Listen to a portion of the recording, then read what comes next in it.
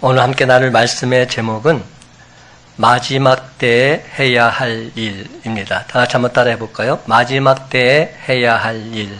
마지막 때에 해야 할 일. 여러분, 한 가지 물어보겠습니다.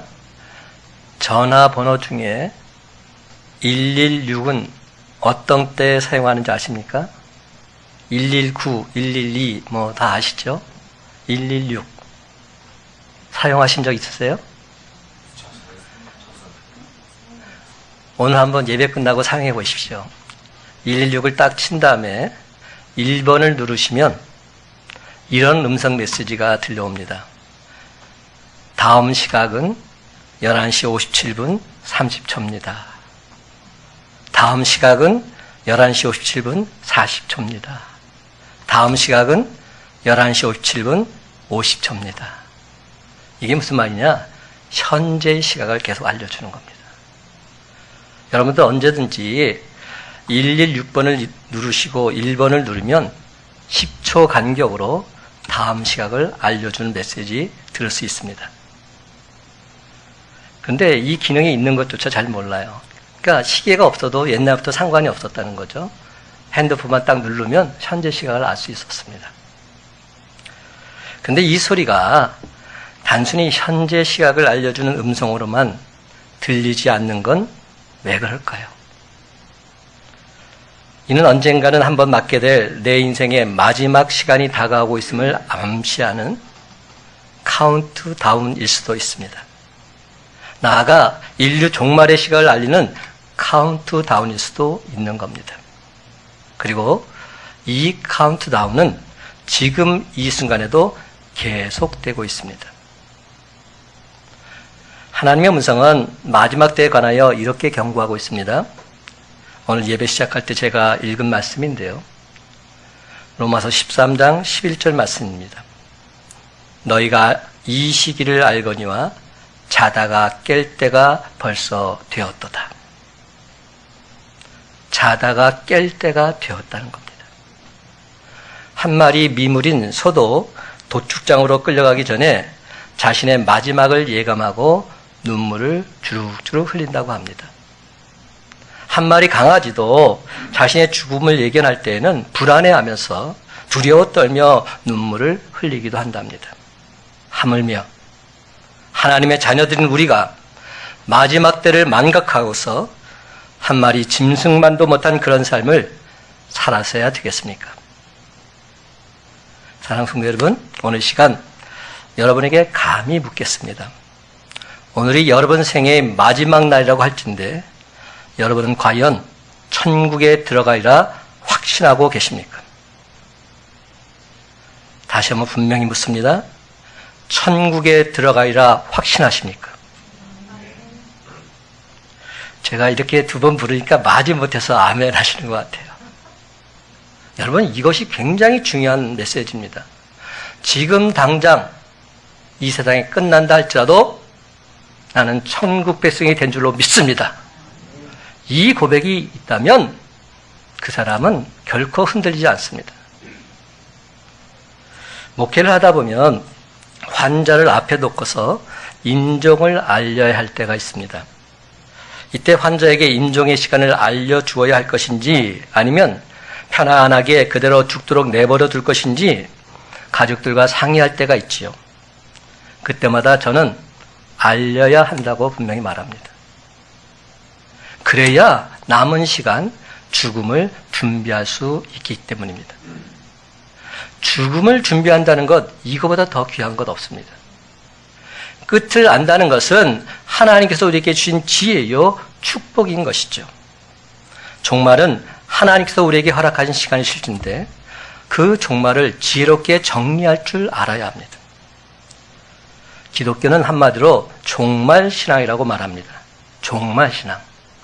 종말신앙이 뭘까요? 종말신앙이란 종말론적 믿음으로 이 땅에서 하루하루의 삶을 살아가는 것을 말합니다. 오늘이 끝이다, 오늘이 마지막 날이다, 이런 생각으로 살아가는 것이 종말신앙입니다. 이런 종말신앙으로 우리가 살아간다면 그 신앙 역동적일 수 있습니다. 그 신앙 파워가 넘쳐날 수밖에 없습니다. 오늘이 끝이라 생각하고 내가 이 믿음 갖고 살아간다면 그 신앙, 그 누구도 무시할 수 없습니다. 그래서 철학자 헤겔은 이런 말을 해요. 지금 인류 역사는 예수 그리스도로부터 시작해서 예수 그리스도로 나아간다. 왜 이 말을 했을까요? 교회는 종말로 나아가는 구원 공동체예요. 성경은 종말로 나아가는 구원 지침서이기 때문에 예수 그리스도야말로 종말 구원의 표징이시기 때문에 역사가 투입 또한 지금 세계 역사는 성경을 증명하는 역사에 불과하다고 말합니다. 만물의 마지막이 가까이 왔으니 여기서 마지막이라는 이 말은 단순히 끝이라는 뜻이 아닙니다. 완성이라는 의미를 갖고 있습니다. 완성입니다. 그렇다면 만물의 마지막에 가까운 바로 이때 우리 믿는 자들이 과연 어떻게 살아가야 할까요? 우리가 어떻게 살기를 과연 하나님께서 원하고 계실까요? 만물이 마지막에 가까웠으니 우린 첫째로 정신을 차리고 근신하여 기도해야 합니다. 그렇습니다. 이제 정신을 바짝 차리고 근신하여 기도하십시다. 7절 말씀 다 같이 한 목소리 있습니다. 7절입니다. 시작. 만물의 마지막이 가까이 왔으니 그러므로 너희는 정신을 차리고 근신하여 기도하라. 아멘. 여러분 솔직히 이 말 어떻게 들리십니까? 어떤 분들이 그래요. 제가 딱 이렇게 한마디 하면 벌써 우리 목사님 오늘 뭔 말씀하실 건지 다 알고서 이내 곧 귀를 닫아버립니다. 아, 오늘 목사님 뭐 뻔하지. 기도하라. 뭐 그 말씀 하시려고 하는 거지. 좀 식상하게 들리지 않으십니까? 지금 베드로 사도는 비장한 어조로 만물의 마지막이 가까이 왔다. 그러니까 정신 바짝 차리고 근신하여 기도하라. 이렇게 말하고 있는데 종말을 대비한 방법이라면 우리 생각에는 뭔가 좀 독특하고 색다른 방법이 있어야 할 것 같지 않습니까? 근데 사도 베드로가 한다는 말이 근신하여 정신 바짝 차리고 기도하라. 이렇게 말하고 있는 겁니다. 너무나도 평범한 얘기인 겁니다. 기도하라. 아니 누가 기도해야 될지 몰라서 기도 안 합니까? 솔직히 이 기도하라는 말은 귀에 딱지가 앉을 정도로 많이 들어왔습니다. 예수 믿는 성도라면 엄청 많이 들어왔습니다. 그럼 우리들에게 오늘 베드로 사도의 말 너무나도 맥 빠진 말처럼 들릴 수 있습니다. 그렇습니다. 여러분, 우리는 어느새 좀 더 자극적이고 색다르고 강렬한 얘기가 아니면 귀에 들리지 않을 만큼 우리의 신앙이 그만큼 변질되어 있는 겁니다. 하나님 말씀을 있는 그대로 전해도 와닿지 않는 겁니다. 그러니 이런 기도하라는 처방에 전혀 솔깃해지지 않을 수밖에 없는 것이지요. 그런데도 왜 베드로 사도는 이런 식상하고 당연하다 못해 진부한 얘기를 또 하고 있을까요? 제가 베드로 사도의 이 짧은 편지 2개를 계속 한 주간 동안 묵상하게 되었습니다. 베드로 전서, 베드로 후서를 계속 읽으면서 내내 느낀 것이 뭔지 아십니까? 사도 베드로는 좀 다르구나 하는 걸 느꼈어요. 무슨 얘기냐? 사도 바울이나 의사 누가 같은 사람은 그래도 배운 사람입니다. 그렇죠? 자기 지식과 생각을 나름대로 전개할 수 있는 그런 능력을 가진 사람입니다. 또한 사도 요한 같은 사람은 나보다 오랫동안 살면서 자기도 모르는 사이에 심오한 신앙의 경륜이 쌓여 있는 사람입니다. 그래서 요한계시록도 나오게 된 것이죠. 그런데 베드로에게는 그런 게 없습니다. 그러니까 한마디로 베드로의 이야기는 100% 자기 경험담입니다. 내가 체험한 주님, 내가 만난 주님, 그 주님을 전하고 있는 겁니다. 자기가 직접 겪은 이야기들이다. 저는 그렇게 봅니다. 그러니까 매 구절마다 그렇게 간곡할 수가 없는 것이죠. 그렇지 않습니까? 다른 사람의 경험담을 듣는 것보다 더 절절한 얘기가 어디 있을까요? 오늘 이 기도하라는 말씀 역시 사실은 자기 경험담을 말하고 있는 겁니다. 자기가 기도하지 않아서 실수했던 것을, 자기가 기도하지 않아서 하나님 영광을 가리웠던 것을 통한해하면서 진솔하게 진실된 마음으로 고백하고 있는 겁니다. 너희들만큼은 제발 그러지 말아라. 너희들만큼은 기도하지 않아서 하나님 영광을 가리우는 그러한 잘못을 범하지 말아라. 제발 만물의 마지막 때에 기도하라. 이렇게 말하고 있는 겁니다. 우리는 겟세마네 동산에서의 사건 너무나도 잘 기억합니다. 예수님이 곧 잡혀가실 것도 모르고서 다음 날이면 십자가에 달리실 것도 모르고서 예수님께서 제자들에게 기도하라 그랬더니 베드로는 어떻게 했습니까? 쿨쿨 잠만 잤습니다. 그때도 예수님이 몇 차례나 깨어서 기도하라, 깨어서 기도하라, 깨어서 기도하라 부탁하셨습니다. 예수님은 피땀 흘리시면서 사생결단의 심정으로 기도하셨는데 바로 그 자리에서 베드로는 예수님 말씀에 아랑곳하지 않고 잠만 쿨쿨 잔 겁니다. 그때 예수님께서 베드로에게 뭐라고 하셨는지 아세요?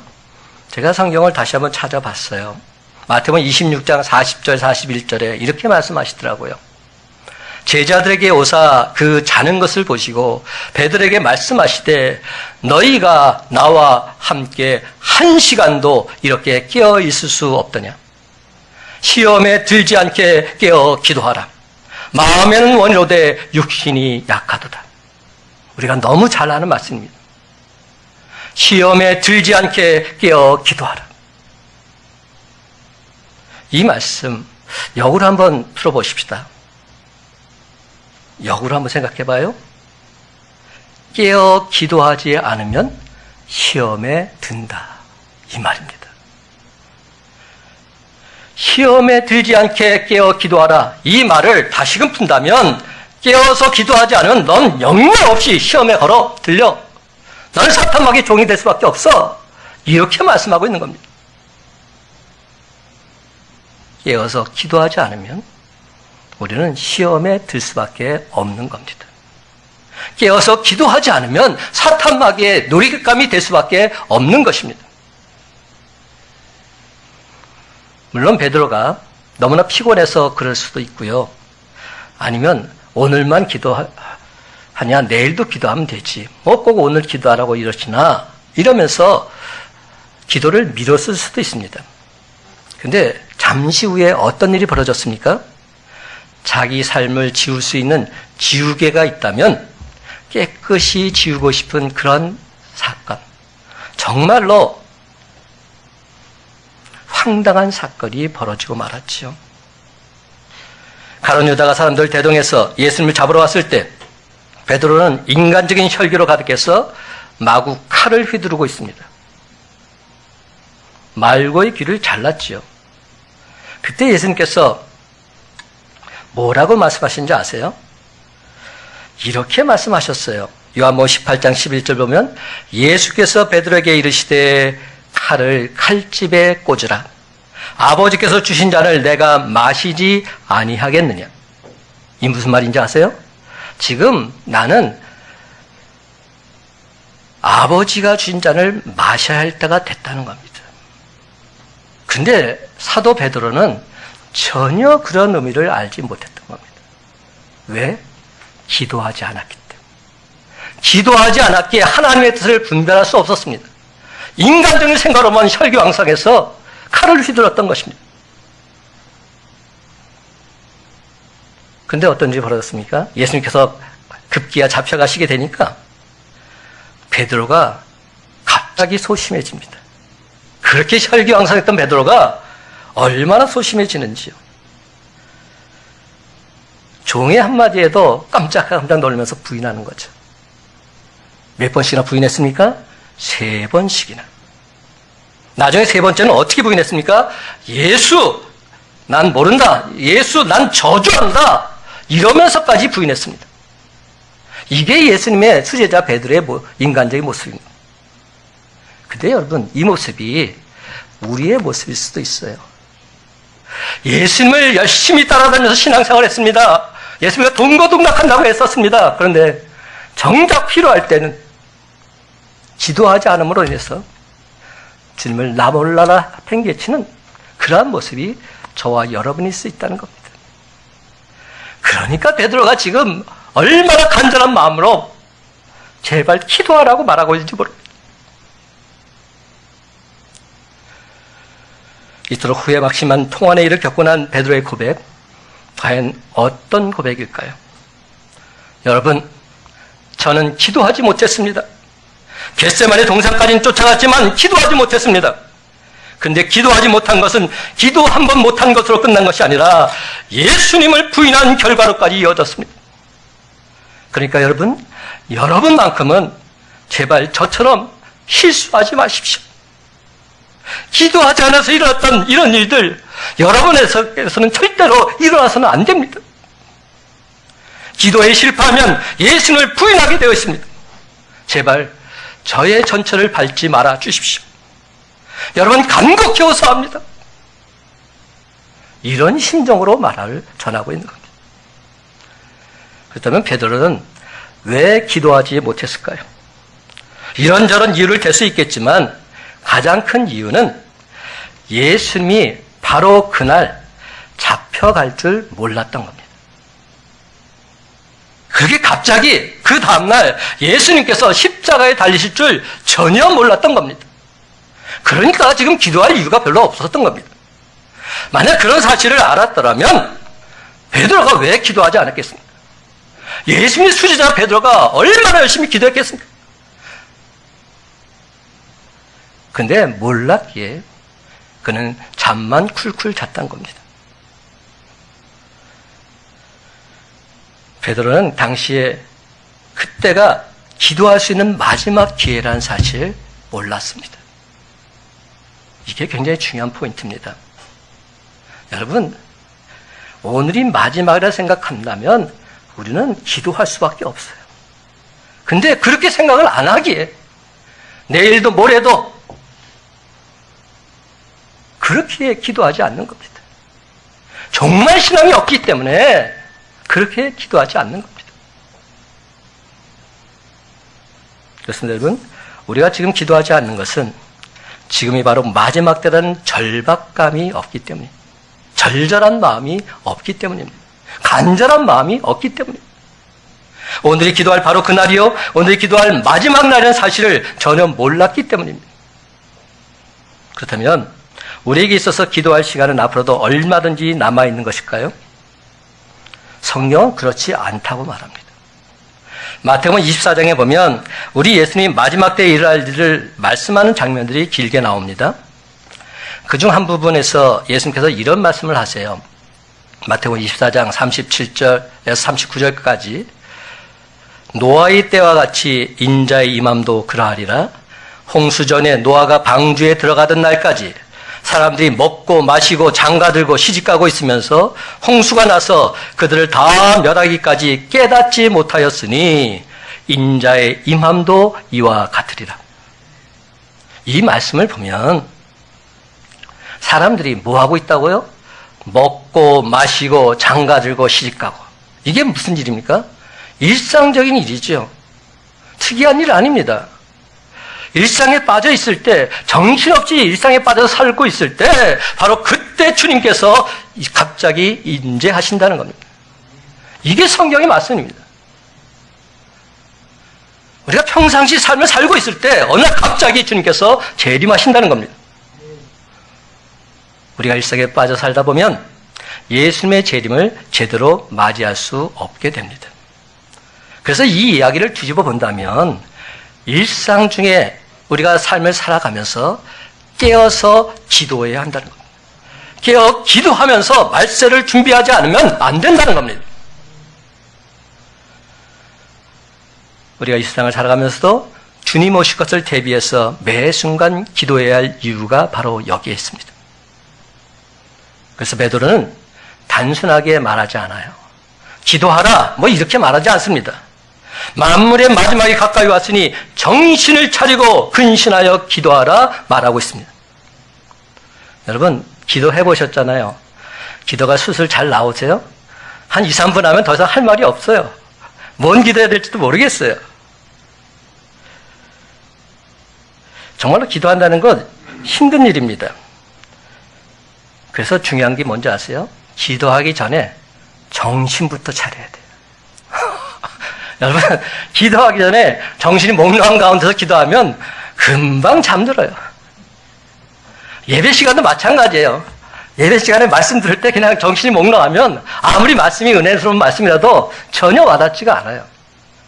중요한 게 뭔지 아세요? 정신 차리라는 겁니다. 정신 차리고 기도하라는 겁니다. 그게 중요합니다. 성경 뭐라고 말합니까? 정신을 차리고 근신하여 기도하라.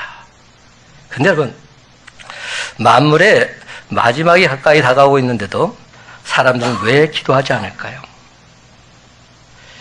일상에 매여서 내일이 마지막이 아니라 전혀 생각하지 못하고 있기 때문은 아닐까요? 예수님께서 누가복음 18장에 보면 기도하라고 비유를 드신 게 있어요. 기도해야 될 이유가 바로 여기 있다 말씀하신 게 있어요. 18장 1절이 이렇게 시작됩니다. 예수께서 그들에게 항상 기도하고 낙심하지 말아야 할 것을 비유로 말씀하여 이르시되,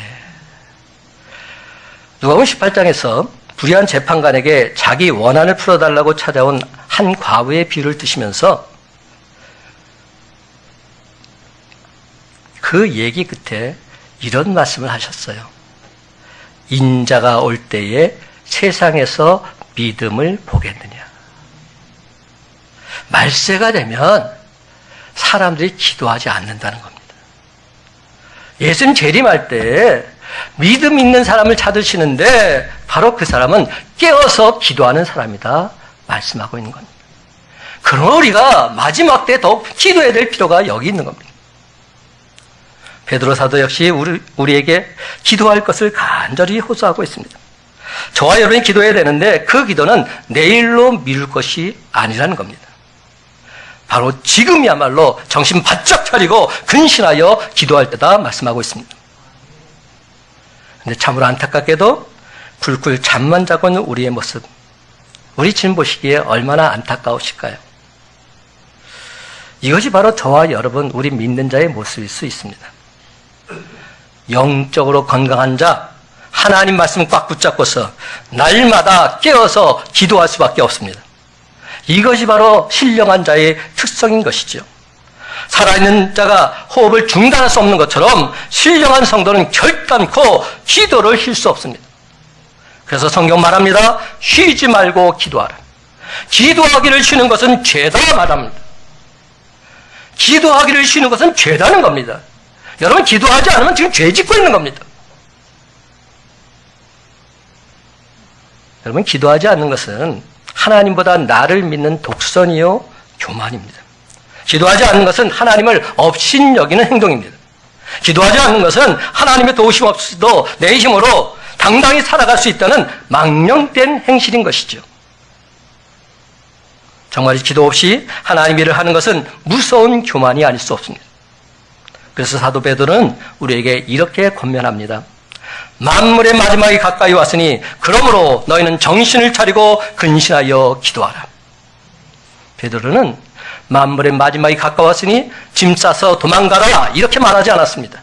만물의 마지막이 가까웠으니 피할 곳을 만들라 이렇게 말하지도 않았습니다.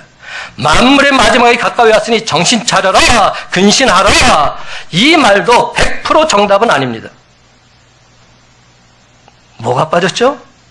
정신 차리고 기도하라. 근신하여 기도하라. 기도가 포인트입니다.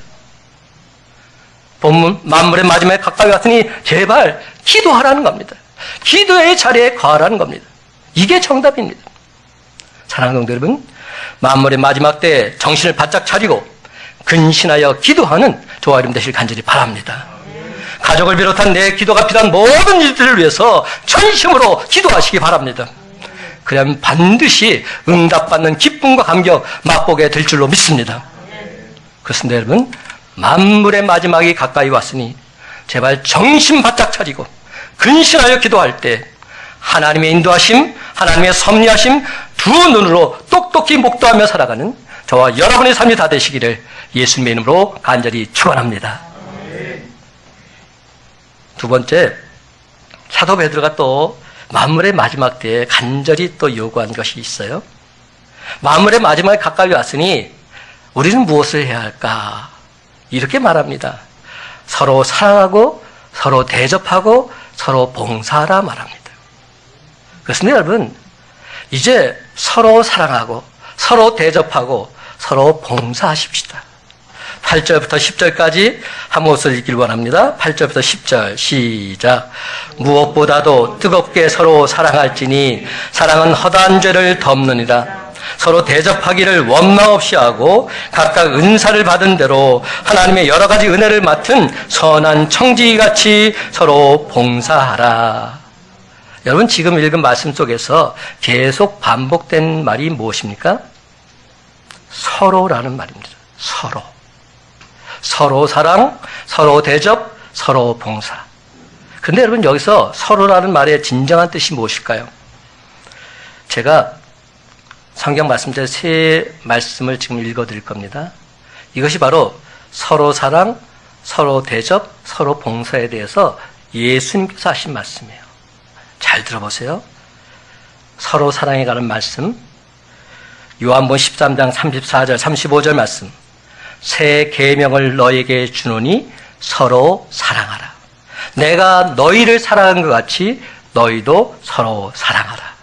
너희가 서로 사랑하면 이로써 모든 사람이 너희가 내 제자인 줄 알리라. 서로 대접에 관한 말씀입니다. 황금률이라고도 하죠. 골든룰. 마태복음 7장 12절 말씀입니다. 그러므로 무엇이든지 남에게 대접을 받고자 하는 대로 너희도 남을 대접하라. 이것이 율법이요 선지자니라. 세 번째, 서로 봉사에 대한 말씀입니다. 마가복음 10장 45절. 인자가 온 것은 성김을 받으려 함이 아니라 도리어 섬기려 하고 자기 목숨을 많은 사람의 대속물로 주려 함이니라.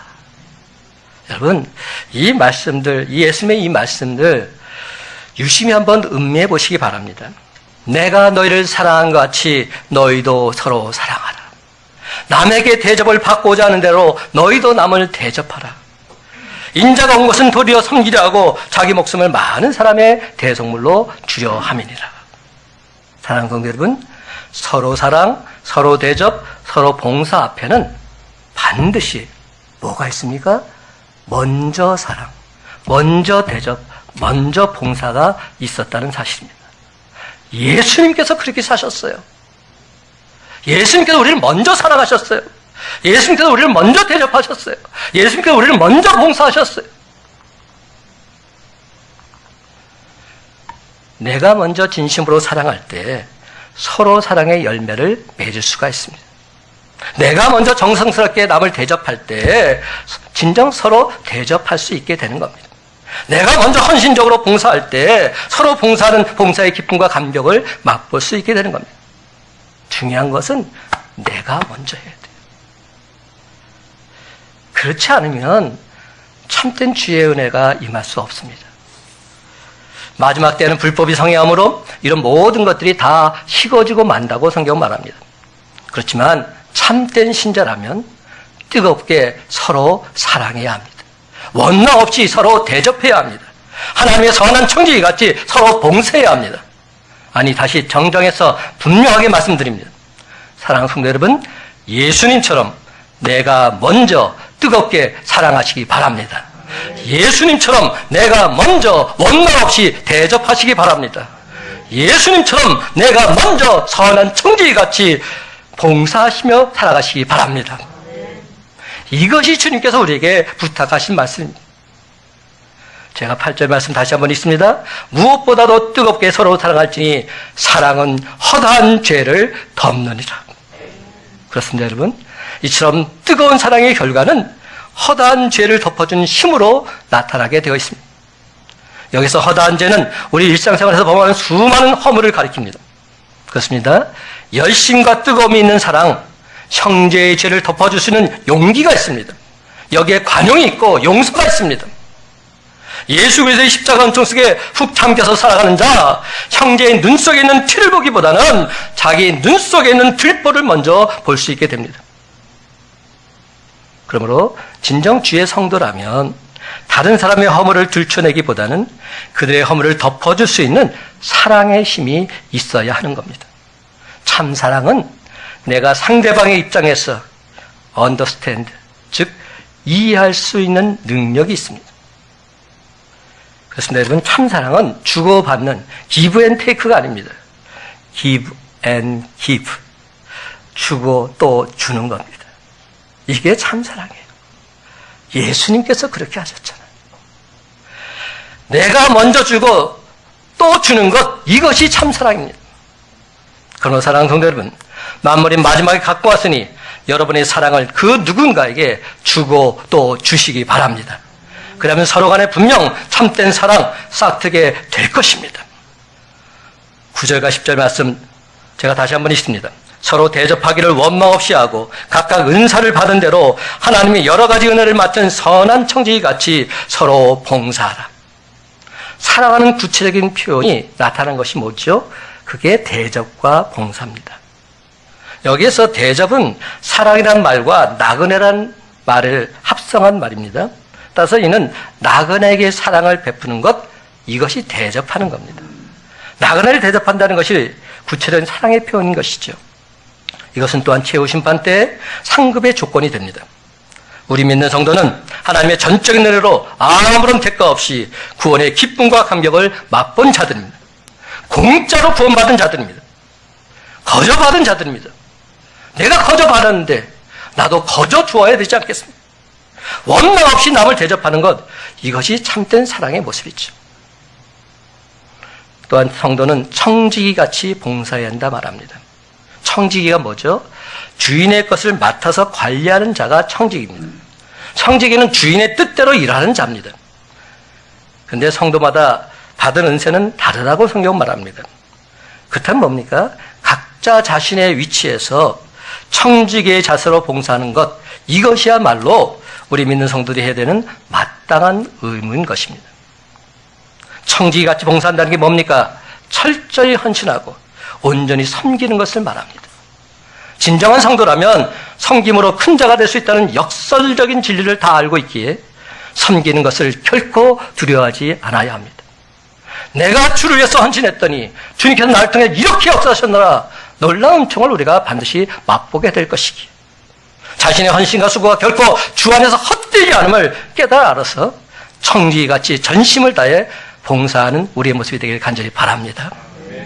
사랑하는 성도 여러분, 만물의 마지막이 가까이 왔으니 먼저 사랑, 먼저 대접, 먼저 봉사하겠노라 오늘 이 시간 선포하십시다.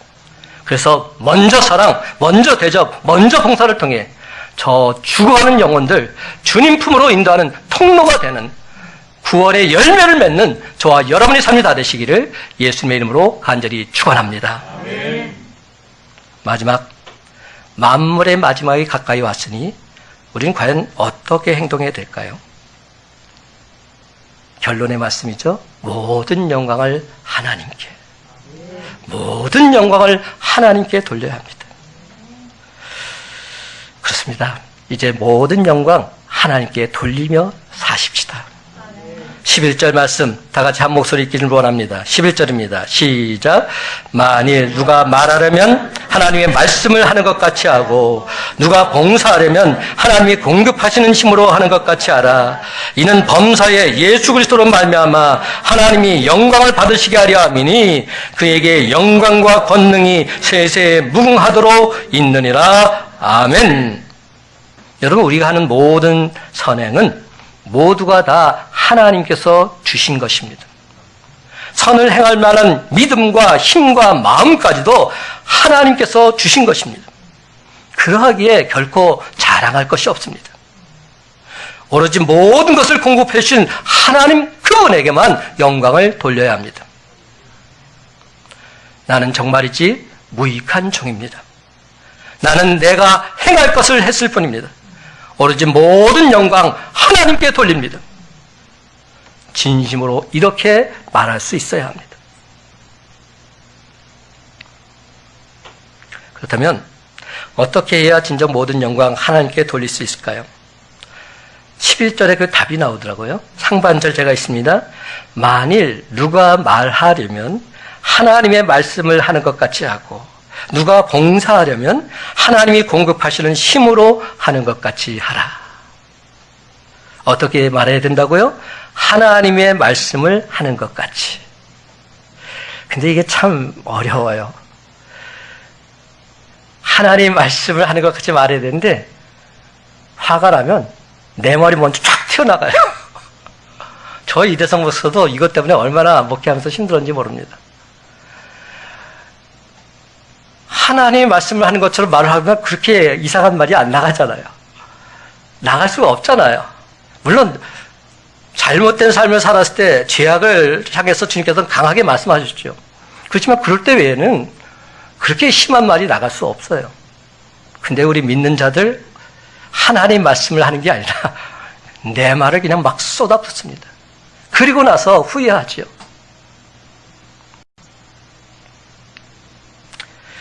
바로 그 순간 뭘 해야 될까요? 기도하라고 성경은 말하고 있는 거예요. 주님이시라면 이때 어떻게 말씀하셨을까? 주님이시라면 이때 과연 어떻게 행동하셨을까? 그 짧은 순간에 기도하라는 겁니다.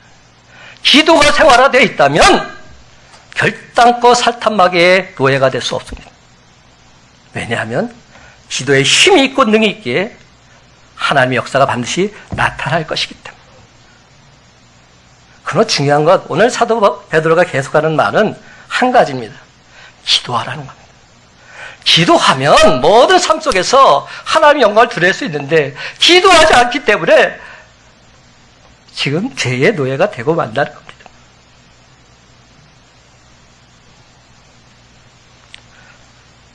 우리가 주님이라면 어떻게 말씀하셨을까? 늘 마음속으로 기도하게 되면 여러분의 입술을 통해서 주님께서 말씀해 주실 줄로 믿습니다. 사탄마귀의 영적 전투에서 반드시 승리할 수 있도록 하나님의 힘과 능력으로 온전히 우리를 덧입혀 주실 줄로 믿습니다. 그렇습니다, 여러분. 이제부터는 그 무엇을 하든지 오늘 주신 말씀을 꽉 붙잡고서 내 힘과 내 능력이 아니라 하나님께서 공급해 주시는 하나님의 능력과 하나님의 능력으로 담대히 행하며 나아가시기 바랍니다.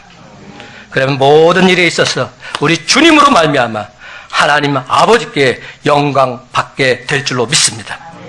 오직 하나님에게만 영광과 권능이 세세 무궁하도록 있게 될 줄로 믿습니다.